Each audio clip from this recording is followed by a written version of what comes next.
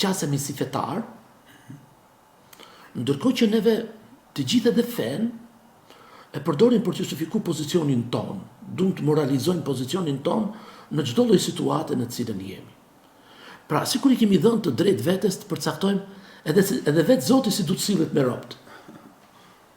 Dhe vetë feja, për shembull, shumë herë i qasemi, pra, e para një herë, këtë lloj apatie, këtë lloj mungesë përgjithësie për ta mbartur mesazhin e Zotit dhe për ta çuar tek njerëzit, ne e moralizojmë.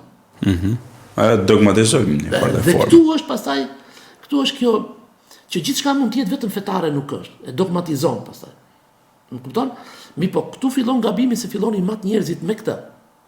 Ndërkohë që Zoti Xheleshanu e zbriti për gjithë njerëzit dhe në këtë qasje që unë do të thoja, fakti që ti ndoshta për shkak të origjinës, ndoshta për shkak të situatave që ka ardhur dhe je besimtar, dhe shqyr që je besimtar,